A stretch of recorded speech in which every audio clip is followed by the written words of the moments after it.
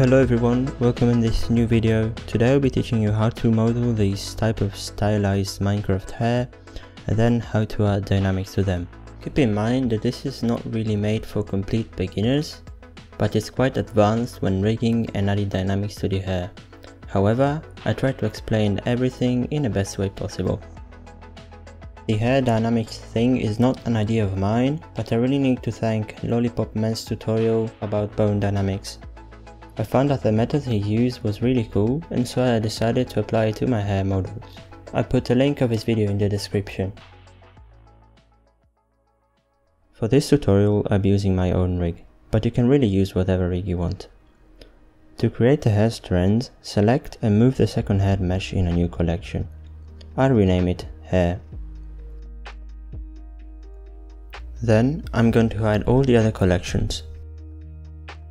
Since I don't like how the hair are placed on the front, I'll create a new tab, change it to UV editor and move the UVs.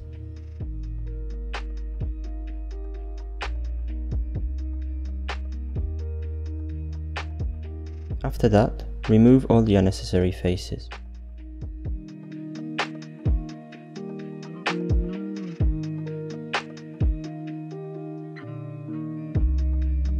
To create the strands, enter edit mode, select the faces you want, then press P and choose by selection. I like to create different strands that goes from the front to the back of the head. For the sides, just select your strand, then press P and separate it.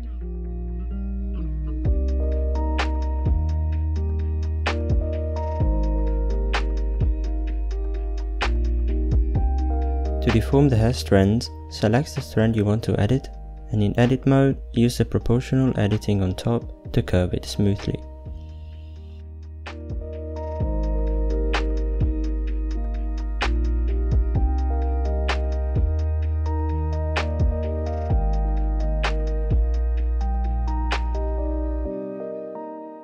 Just repeat this process for all your strands.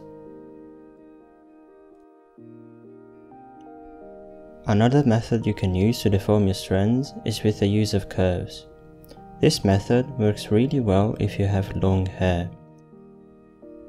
You can also deform your strands in many different ways and create very cool hairstyles.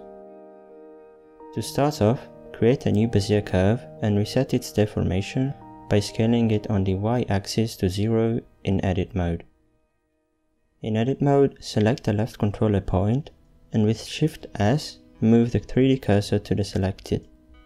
In object mode, set the origin point to the 3D cursor.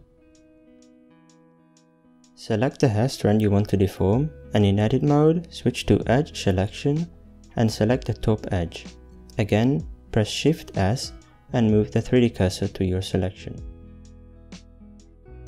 Then select your curve, again press Shift S and move it to the 3D cursor. Now rotate it by 90 degrees on the Y-axis. Press Ctrl A to apply the rotation. In edit mode, I'll scale down the controllers and fit the curve to my strand. Now select your hair strand and in a vertex group tab, add a new vertex group. In edit mode, in face selection, select the front faces that you're going to deform with the curve and hit assign. In the modifiers tab, add a new curve modifier, select your curve object, in the deformation axis, change X to -Z, and in the vertex group, choose the vertex group you created. To fix this strange deformation on your mesh, select the curve, in edit mode, select all the controllers, then press N to open the transform panel, and under mean tilt, change it to -90 degrees.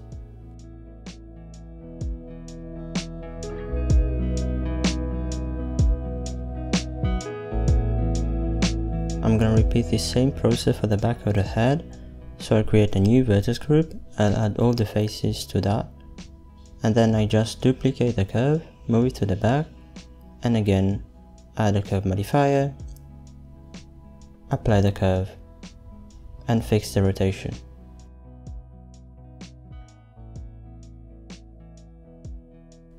Again, repeat this process for all the curves you need.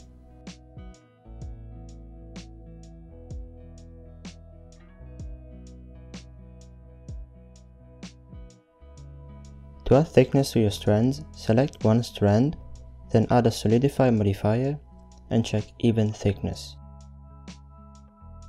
Select all the other strands, then the one with the solidify modifier, open the drop down menu here and select copy to selected.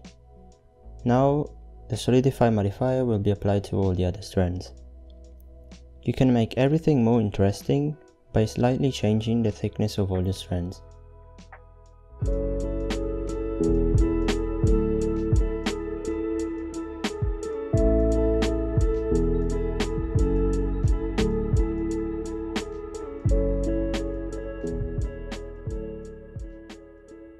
Before rigging the hair strands, make sure to apply all the curve modifiers.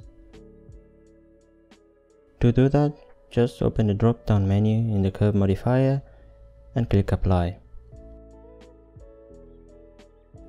Also apply all the solidify modifiers.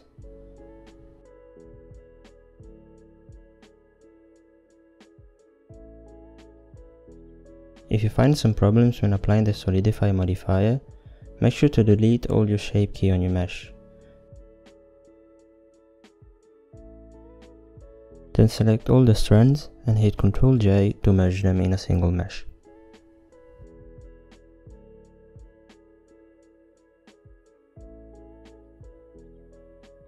After that, I rename the mesh Hair.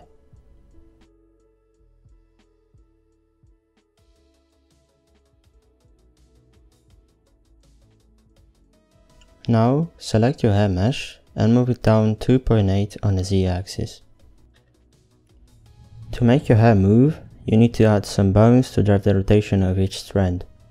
So select the armature of your rig, and in the Armature's Properties tab, click on one of the empty boxes to switch to another layer. Now you can start adding all your bones. In edit mode, press Shift A to add a new bone. I'll turn on wireframe to see the bone, then select the bone and rotate it 90 degrees on the Y-axis. Then move up the bone to the hair. If you see some lag when moving the bone, turn on Simplify in the render settings and turn down the subdivisions in the viewport.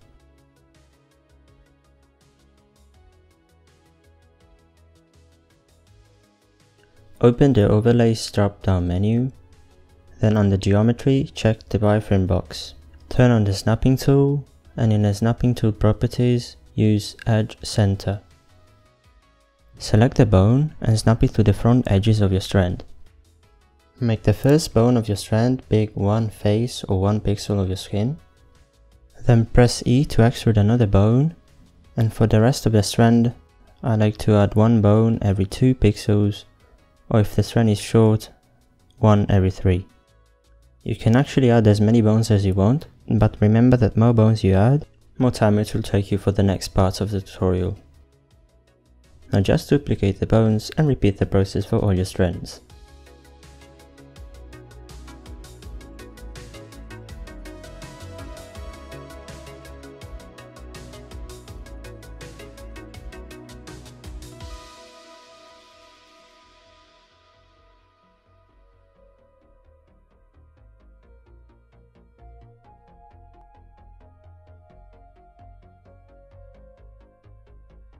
In pose mode or edit mode, starting from the front on the top left, I rename this bone front hair.01. You can rename your bones by pressing F2, or go in the bone properties tab, and on top change the name. For the next, I rename it front hair02, then front hair03, and I repeat this process for all the bones in the front. For the back, I just change front to back, and again I'll start from the top left and rename this bone back hair01. Same thing for the right side.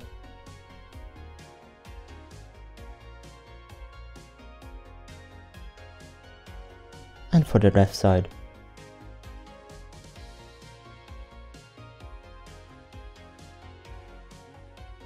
Now parent all the hair bones to the head. To do that, in edit mode create a new bone, place it in the middle of the hair, it doesn't have to be perfect.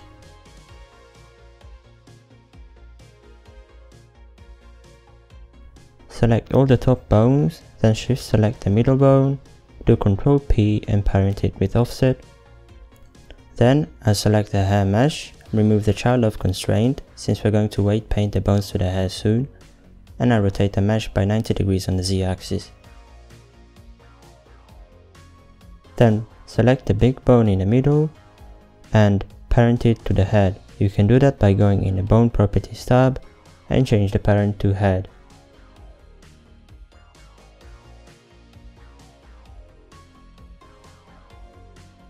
Lastly, select all the hair bones in edit mode, press M and move them on another layer in the armature, which is going to be hidden, so you won't see the bones when just selecting the first layer.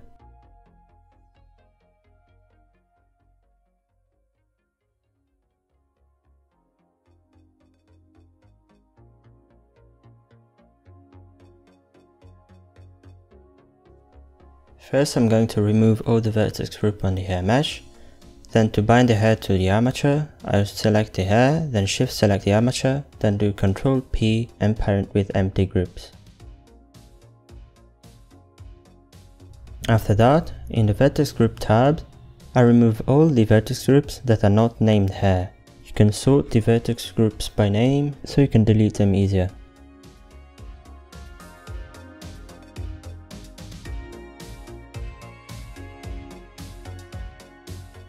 Since I forgot to do that before, I'll select the middle bone, rename it hair, add a new vertex group and add the same name of the bone in the middle. It's now time to manually weight all the bones to your strands. First select the armature and in the armature properties tab turn on names. Then, with the hair mesh selected, go in edit mode, select the faces of the bone you want to weight, select the corresponding vertex group and hit assign.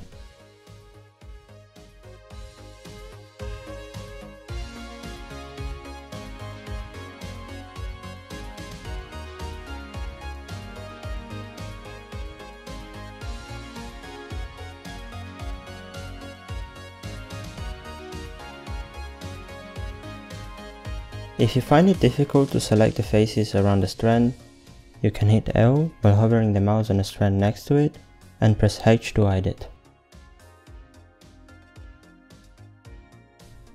You can select the armature and switch to pose mode, then move the bones to see if the weight works correctly.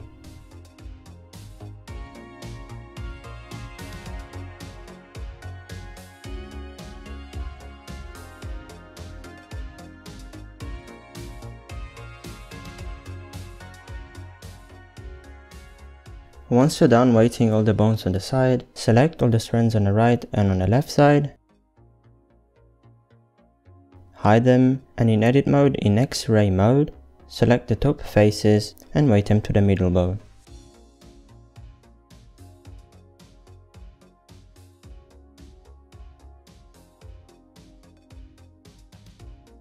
If you did everything correctly, you can move the head bone and the hair will follow.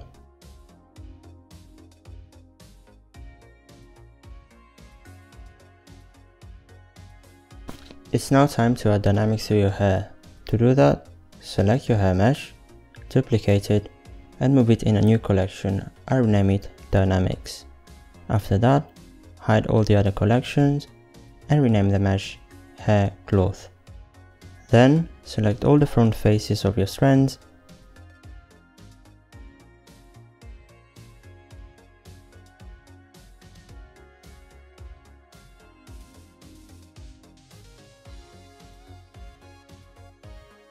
press Ctrl I to invert the selection, then X to delete the faces. After that, I'm gonna add 2 loop cuts in the middle of each strand by pressing Ctrl R and using the scroll wheel of my mouse. After that, I'll select all the middle faces, then again press Ctrl I, invert the selection and delete all the resting faces. Now let's add a cloth simulation. To do that, go in the Physics tab and add a new cloth. If you play the animation, you see the mesh falling. To fix that, in the Vertex Group tab, delete all the vertex groups. Add a new vertex group, I rename it Pin, In weight painting mode, I go with the gradient tool, click and drag from the top to the bottom to add a weighting.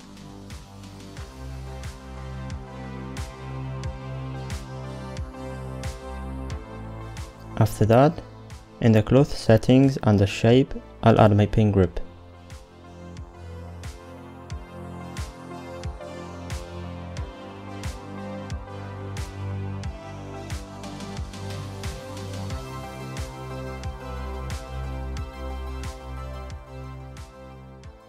Turn back on your strand bones and hide the face with H. Then add a new vertex group on your hair mesh and I rename it front.01. In edge mode, I'll select the first edge on the tip of the second bone and I'll click assign. I'll create another group, rename it front02 and I'll repeat the process for the third bone. After that, select your armature, switch to pose mode. Select the second bone and add a new bone constraint. Add a damp track constraint. Choose your hair cloth as the target. And in a vertex group, choose front 01. Repeat this process for the third bone.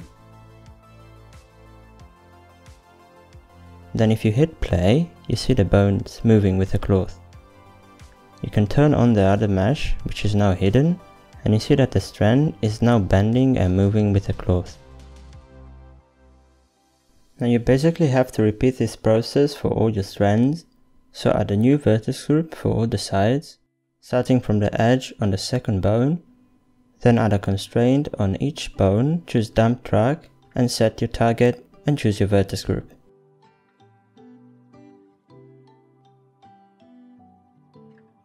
Here's the final result.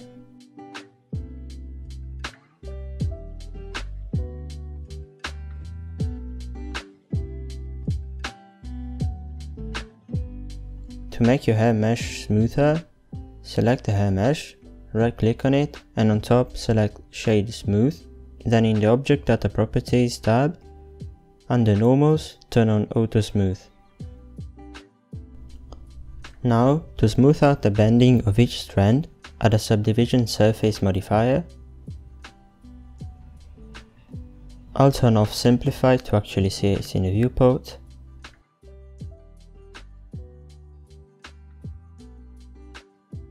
I'll select one strand and hide all the others, again with Ctrl I.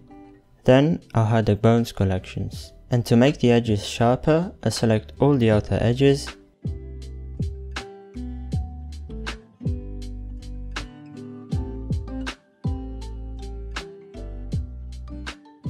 Then press N to open the transform panel and add a mean crease of 1.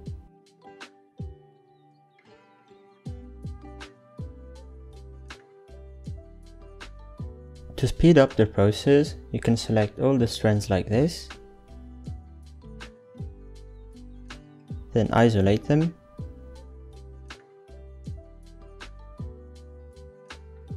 select all the faces from the front to the back, then add a mean crease of 1, then select all the edges in the center,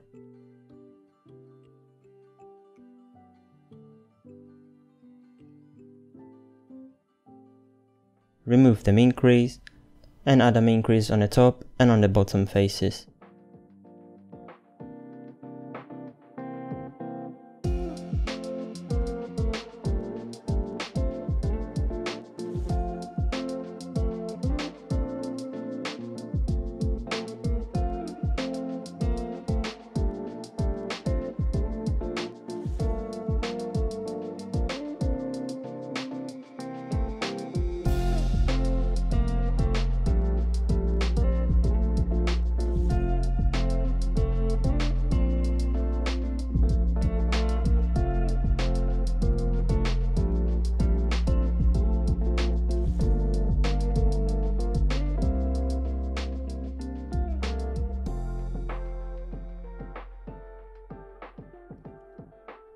As you can see, everything is now working, but it's not really good.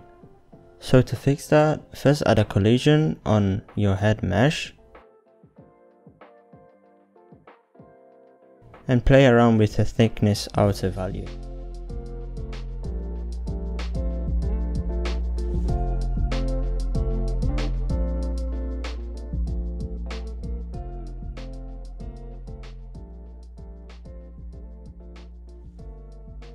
You can then select the hair cloth mesh and play around with the cloth settings.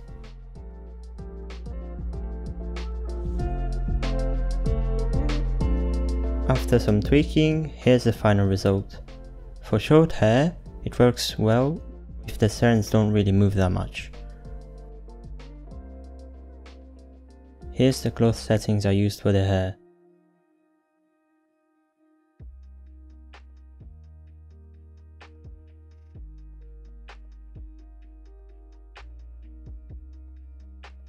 I also reduced the influence of each bone constraint to reduce the amount of the movement of each strand, and I think it works pretty well.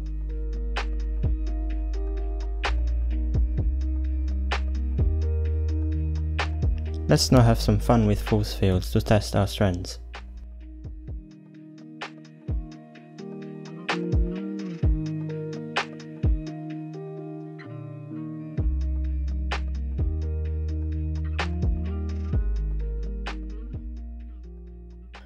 This is the end of the tutorial, guys. I hope it was helpful. Here I have two more presets I made, in which I apply the same basic principle of the hair dynamics. In my opinion, it works really well with long hair.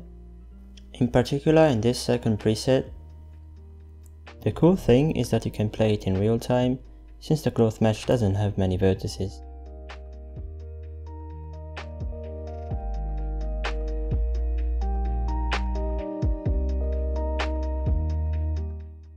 I'll put the download of the blend file of this tutorial in the description, so you can dive into it and play around with the physics, and also if you had some problems following the tutorial, you can just check how I did it.